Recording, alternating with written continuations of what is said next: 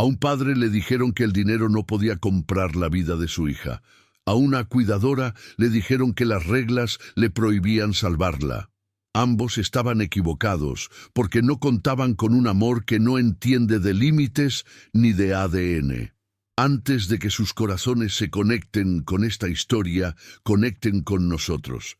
Suscríbanse para no perderse ni una emoción y dejen un like que brille tan fuerte como la esperanza. Y cuéntenos en los comentarios desde qué rincón del mundo nos leen. Nos encanta sentirlos cerca.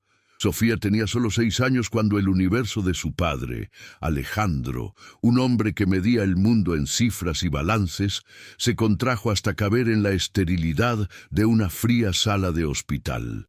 La noticia no llegó como un estruendo, sino como un ladrón sigiloso en mitad de la noche, robándose el aire, la luz y el futuro. Todo había comenzado meses atrás, con una fatiga que se adhería a los huesos de la pequeña como una segunda piel. Sofía, que antes era un torbellino de energía y risas en los vastos jardines de la mansión, ahora prefería la quietud de su habitación, sus muñecas abandonadas en un rincón. Luego llegaron las fiebres, olas de calor intermitentes que aparecían sin aviso, dejando tras de sí una palidez cerosa que ni el sol más radiante podía disipar. Alejandro, acostumbrado a controlar imperios financieros desde su torre de cristal en el centro de la ciudad, lo atribuyó inicialmente a los caprichos del invierno, a una simple gripe que se resistía a marcharse. La visitó un pediatra, luego otro. Se recetaron vitaminas, reposo, jarabes de colores.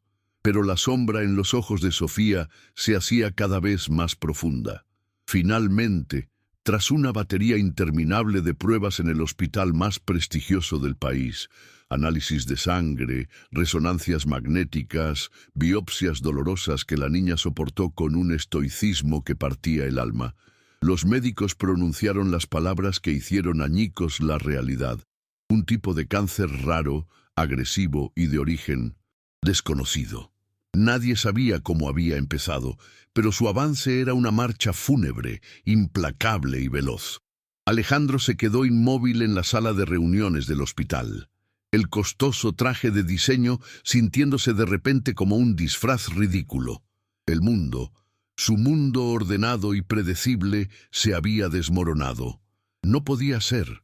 Su pequeña, su única hija, el faro de luz que había quedado tras la trágica partida de su esposa, Elena, durante el parto.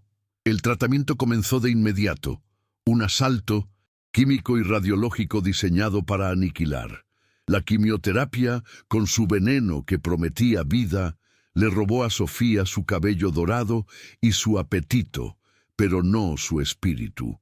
Soportaba las largas sesiones mirando dibujos animados en una tablet, su pequeña mano aferrada a la de su padre. Pero la enfermedad, como un monstruo insaciable, se burlaba de sus esfuerzos. La condición de Sofía empeoraba con una crueldad metódica. El hospital, con sus pasillos blancos que olían a una mezcla de antiséptico y miedo, se convirtió en su segundo hogar y luego en el primero. Sofía, a pesar de su corta edad, demostró una valentía que avergonzaba a los adultos a su alrededor. Apenas se quejaba del dolor punzante, de las náuseas constantes. Por las noches, cuando creía que su padre dormía en el sillón junto a su cama, susurraba a su oso de peluche que solo quería volver a casa, a su habitación con el techo pintado de estrellas y jugar con sus muñecas. Los médicos, eminencias en su campo cuyos honorarios ascendían a cifras astronómicas, no se rindieron. Cuando un ciclo de quimioterapia falló, se pasó a otro más agresivo. Cuando la radioterapia no logró contener el avance, recurrieron a la inmunoterapia, un tratamiento experimental traído de Alemania. Cuando eso tampoco funcionó, se buscaron ensayos clínicos en Estados Unidos y Japón. Alejandro movilizó su vasta fortuna sin dudarlo un instante. Fletó aviones privados, compró equipos de última generación para el hospital, contrató a especialistas de renombre mundial. Era un titán de los negocios, un hombre que firmemente creía que todo, absolutamente todo, tenía un precio, pero el cáncer de su hija no estaba en venta. Cada nuevo intento era un amanecer de esperanza frágil, una promesa susurrada que se extinguía en un crepúsculo de desesperación, cuando los escáneres revelaban que los tumores seguían creciendo, indiferentes a la ciencia y al dinero. Alejandro abandonó prácticamente su imperio. Las reuniones de la junta directiva se realizaban por videoconferencia desde una salita del hospital. Pasaba las horas, los días, las semanas, junto a la cama de Sofía, su teléfono en silencio, su mente lejos de las fluctuaciones de la bolsa. Le leía cuentos de hadas y princesas valientes, cambiando los finales para que siempre ganaran al dragón. En el fondo, una culpa monstruosa, tan maligna como la enfermedad de su hija, lo carcomía. La sombra de la muerte de Helena se cernía sobre él. Ahora sentía que el destino, con una crueldad insondable, venía a arrebatarle lo único que le quedaba. Era una maldición, un castigo divino por su ambición, por las horas que no había pasado en casa. Nunca dejó que esos pensamientos oscuros afloraran frente a ella. Para Sofía, su padre era una roca, un gigante protector, su refugio inexpugnable. Sofía nunca conoció a su madre. Su única conexión tangible era una fotografía en un elegante marco de plata que presidía la chimenea del salón. Una mujer radiante, con una sonrisa dulce y los ojos llenos de amor, abrazando su vientre embarazado. Alejandro le contaba historias sobre ella, sobre su bondad infinita, su risa que sonaba como campanillas, y la emoción abrumadora que ambos sentían por conocerla. A veces, Sofía, con la mirada perdida en la foto, preguntaba si su mamá la estaría viendo desde una estrella en el cielo. «Claro que sí, mi amor», respondía Alejandro, tragándose el nudo de dolor que se formaba en su garganta. «Y está increíblemente orgullosa de lo valiente que eres». Ahora, a medida que su pequeño cuerpo se debilitaba, las preguntas eran menos frecuentes. La energía para formularlas se había desvanecido. Sin embargo, la sonrisa, una chispa de luz en la oscuridad, aún aparecía cuando su padre hacía una mueca graciosa o cuando las enfermeras le traían un pequeño juguete envuelto en papel de colores. Finalmente, llegó el día que Alejandro había estado temiendo, el día que había intentado posponer con toda su fortuna y poder. El equipo médico al completo lo convocó a una reunión privada en una sala aséptica. Sus rostros, habitualmente profesionales y distantes, mostraban una compasión solemne. El oncólogo principal, un hombre de cabellos grises y voz pausada, expuso los hechos con una claridad brutal. No había más opciones terapéuticas. Habían agotado todo el arsenal de la medicina moderna. El cáncer se había metastatizado, colonizando sus órganos vitales como una maleza imparable. Le dijeron, con un cuidado ensayado, que a Sofía le quedaban, siendo optimistas, unos 3 meses de vida, quizás menos. Alejandro no pudo articular palabra. Un frío paralizante, más intenso que cualquier invierno, se apoderó de él, congelando sus pensamientos, sus esperanzas, su alma. ¿Cómo era posible? Una vida tan joven, una flor que apenas había comenzado a abrir sus pétalos, a punto de extinguirse. Esa noche, sentado en el incómodo sillón de la habitación del hospital, viendo a su hija dormir bajo la luz tenue y amarillenta, intentó no derrumbarse. Su mente proyectaba un carrusel de momentos que nunca llegarían. Su primer día de instituto, enseñarle a conducir, llevarla al altar, conocer a sus nietos. Era un dolor demasiado vasto, demasiado profundo para soportarlo. Pero a la mañana siguiente, cuando Sofía despertó, su petición lo desarmó. No preguntó por qué estaba enferma ni cuánto tiempo le quedaba. Lo miró con sus grandes ojos, ahora hundidos, pero todavía llenos de una luz pura, y dijo con una voz frágil como el cristal: «Papá, ¿puedo tener una fiesta de cumpleaños?» Su 7º cumpleaños era en unas pocas semanas. No quería grandes regalos, quería globos, un pastel de fresa con mucha nata, música alegre y a sus amigos del colegio. Quería un vestido de princesa, uno que girara mucho, y bailar.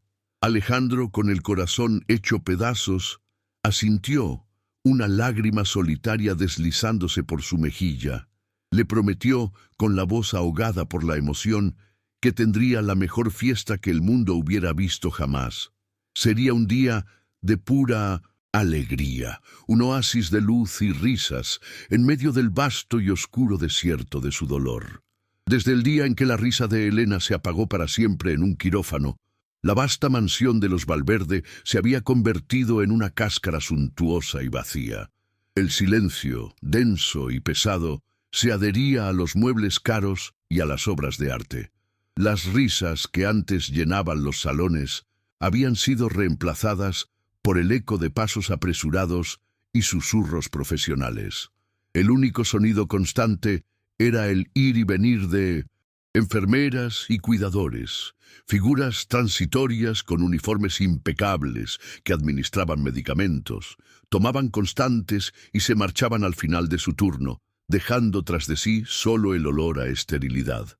Pero una persona permaneció, una constante en el caos: Isabel. La habían contratado cuando Sofía era apenas un bebé de meses, un pequeño ser frágil que había perdido a su madre al nacer. Alejandro, sumido en un duelo abrumador y desorientado por la paternidad, necesitaba ayuda. El trabajo de Isabel, según el contrato, era la limpieza y las tareas domésticas. Pero en la práctica, desde el primer día, sus funciones se desdibujaron hasta volverse irreconocibles. Fue Isabel quien aprendió a preparar los biberones a la temperatura exacta que le gustaba a la bebé. Fue ella quien la acunaba durante horas en las noches de cólicos, cantándole nanas en un susurro suave, canciones de su propia infancia en un pueblo lejano. Fue ella quien se quedaba a su lado cuando lloraba con una angustia que parecía ir más allá de las necesidades de un bebé. No era solo una empleada, se convirtió en el ancla de Sofía, su puerto seguro en un mundo que había comenzado con una ausencia irreparable. A medida que Sofía crecía, pasando de bebé a niña, el vínculo entre ellas se tejió con los hilos invisibles del amor cotidiano, volviéndose irrompible. Isabel estaba allí para celebrar sus primeros pasos, para secar sus lágrimas tras una caída, para ayudarla a vestirse por las mañanas y para prepararle el desayuno con la tostada cortada en forma de estrella, un pequeño ritual que hacía sonreír a la niña. Cuando Sofía tenía pesadillas y se despertaba gritando en la oscuridad, era la mano cálida y callosa de Isabel la que buscaba, no la de su padre, a menudo ausente en viajes de negocios o encerrado en su despacho. El amor entre ellas floreció de manera natural, sin pedir permiso, como una enredadera tenaz que encuentra su camino hacia el sol. Un día, con la lógica aplastante de sus 4 años, Sofía miró a Isabel, que le estaba atando los cordones de los zapatos, y la llamó Mamá 2. No fue algo ensayado ni sugerido. Brotó de su corazón infantil con la pureza de una verdad innegable. El nombre se quedó. Mamá 2, ¿me lees un cuento? Mamá 2, ¿podemos jugar en el jardín? Mamá 2, tengo miedo. Isabel nunca la corrigió. Cada vez que escuchaba ese nombre, una sonrisa melancólica pero tierna iluminaba su rostro. Significaba más para ella de lo que nadie podría imaginar. Isabel no tenía hijos propios. Su pasado, del que rara vez hablaba, estaba marcado por una herida profunda que nunca había cicatrizado del todo. De joven, en su humilde pueblo, había perdido a su hermana pequeña, Ana, por una enfermedad que hoy en día tendría fácil cura, Su familia, sumida en la pobreza, no pudo costear el tratamiento adecuado. Vio a su hermana marchitarse día a día, su risa apagándose, su luz extinguiéndose, sin poder hacer nada más que sostener su mano. Ese recuerdo de impotencia y el dolor vivía en ella, una promesa silenciosa hecha a la memoria de Ana. Si alguna vez tenía la oportunidad, haría todo lo humanamente posible para proteger a un niño enfermo. Sofía se convirtió en esa oportunidad, en su misión personal y sagrada. Cuidarla era más que un trabajo, era una forma de redención, un intento de sanar su propia alma rota. Mientras las enfermeras rotaban con sus protocolos y su distancia profesional, Isabel se quedaba. Conocía los miedos irracionales de Sofía a las tormentas, sus comidas favoritas, la forma exacta en que le gustaba que le arroparan por la noche para sentirse segura. En los dibujos que Sofía hacía, siempre había dos figuras maternas tomándola de la mano. Una, un ángel rubio con alas, la mujer sonriente de la foto. La otra, una mujer de cabello oscuro y sonrisa amable, Isabel. Alejandro, a menudo perdido en su propio laberinto de trabajo y duelo, observaba esta conexión con una mezcla compleja de gratitud y un sutil pinchazo de dolor. Estaba agradecido porque sabía que Isabel llenaba un vacío emocional que él, con su torpeza y su ausencia, no podía o no sabía llenar. Pero también le dolía, porque le recordaba constantemente su propio fracaso como padre a tiempo completo y la ausencia insustituible de Elena. Aunque había establecido reglas claras al contratarla, «Usted es personal, no familia», le había dicho con una frialdad que ahora le avergonzaba.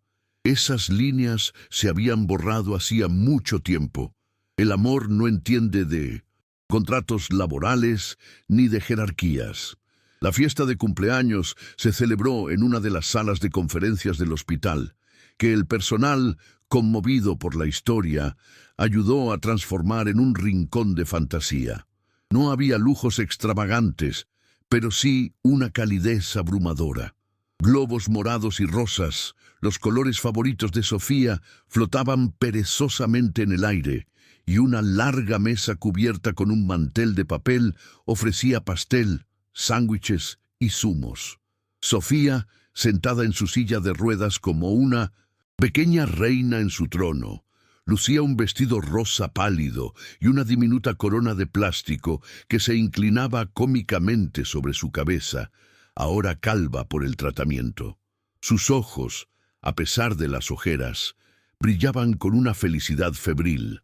Sus amigos del colegio, incómodos al principio en el entorno hospitalario, pronto se relajaron y le entregaron sus regalos: dibujos, peluches y pulseras de la amistad. Isabel no se apartó de su lado ni un instante. Le acercaba el vaso para que bebiera. Se aseguraba de que comiera pequeños trozos de tarta. La ayudaba a sentirse más cómoda en la silla. Para los padres de los otros niños, no era una empleada, era, a todas luces, su madre. La fiesta parecía un evento normal, un remanso de infancia, pero una tristeza subyacente, una conciencia de la fragilidad del momento, flotaba en el ambiente como un perfume amargo. En un momento de calma, cuando la música había bajado de volumen y los niños comían pastel en silencio, Sofía giró su cabeza y miró a Isabel con una seriedad impropia de su edad. Con una voz apenas audible, un susurro que pareció acallar todos los demás sonidos, hizo la pregunta que congeló el tiempo y el espacio. «¿Voy a vivir, mami?» No dijo Isabel. No dijo mamá dos. Dijo mami. La palabra, cargada de una confianza y un amor absolutos, resonó en el silencio que se creó de repente. Un silencio tan profundo que se podían oír los latidos de los corazones. Isabel sintió como si le hubieran arrancado el aire de los pulmones. Con un golpe brutal, quería mentir. Oh, cómo deseaba poder sonreír y decirle que sí, que por supuesto que sí, que todo estaría bien y que crecerían juntas. Pero no podía. no a ella. Miró profundamente a los ojos de la niña, contuvo las lágrimas que quemaban sus párpados y apretó su pequeña y frágil mano con una fuerza que pretendía transmitir todo lo que las palabras no podían. «Eres muy, muy fuerte, mi amor», susurró, con la voz rota, «y yo estoy aquí contigo, siempre». No dijo sí, no dijo no. Simplemente le ofreció la verdad inmutable de su presencia incondicional. Detrás de ellos, de pie junto a la puerta, Alejandro lo había oído todo. Se llevó ambas manos a la cara, como para sostener los pedazos de su mundo que acababan de hacerse añicos, y se dio la vuelta, incapaz de soportar el peso devastador de esa pregunta. En ese instante, todas las pretensiones, todos los esfuerzos por mantener una fachada de normalidad se derrumbaron. Ya no se trataba de fingir, se trataba de enfrentar la verdad en toda su crudeza. Sofía, su pequeña Sofía, entendía mucho más de lo que jamás habían imaginado. Sabía que se estaba muriendo y necesitaba escucharlo, no de un médico con bata blanca, sino de la persona en la que más confiaba en el mundo, la mujer a la que su corazón, en su infinita sabiduría, había elegido como mamá. Esa noche, la oscuridad en la pequeña habitación de Isabel, en el ala de servicio de la mansión, era más densa que nunca. No durmió, ni siquiera lo intentó. La pregunta de Sofía retumbaba en su mente una y otra vez con la persistencia de un eco en un pozo sin fondo. «Voy a vivir, mami». Acostada sobre la cama, con los ojos fijos en el techo invisible, sintió cómo una resolución de acero, fría y afilada, se forjaba en las profundidades de su ser. No podía quedarse de brazos cruzados esperando el final. No podía. Se lo debía a Sofía. Se lo debía a la memoria de Ana. Se levantó, la luz de la luna dibujando una silueta solitaria, y encendió su viejo ordenador portátil. La pantalla cobró vida, iluminando su rostro tenso y decidido. Comenzó a investigar, a teclear frenéticamente en el silencio de la casa dormida. Buscó tratamientos experimentales en países remotos, terapias alternativas, casos milagrosos, cualquier cosa, por descabellada que pareciera. Navegó por foros de padres desesperados. Leyó artículos científicos cuyo lenguaje apenas comprendía. Se sumergió en un océano de información médica durante horas. Cuando el primer rayo de sol se filtró por la ventana, su búsqueda la había llevado a un territorio médico complejo y arriesgado: los trasplantes de donantes vivos. Aprendió que, en casos muy raros y específicos, una porción del hígado de una persona viva y sana podía ser trasplantada para salvar a alguien cuya vida pendía de un hilo. El procedimiento era extraordinariamente peligroso para el donante y requería una compatibilidad biológica casi perfecta, un conjunto de marcadores genéticos que, por lo general, solo se daba entre familiares de primer grado.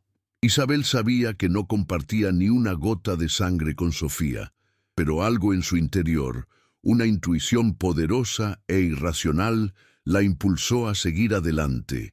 Esa misma mañana, utilizando sus ahorros y sin decir una palabra a nadie, acudió a una clínica privada en las afueras de la ciudad.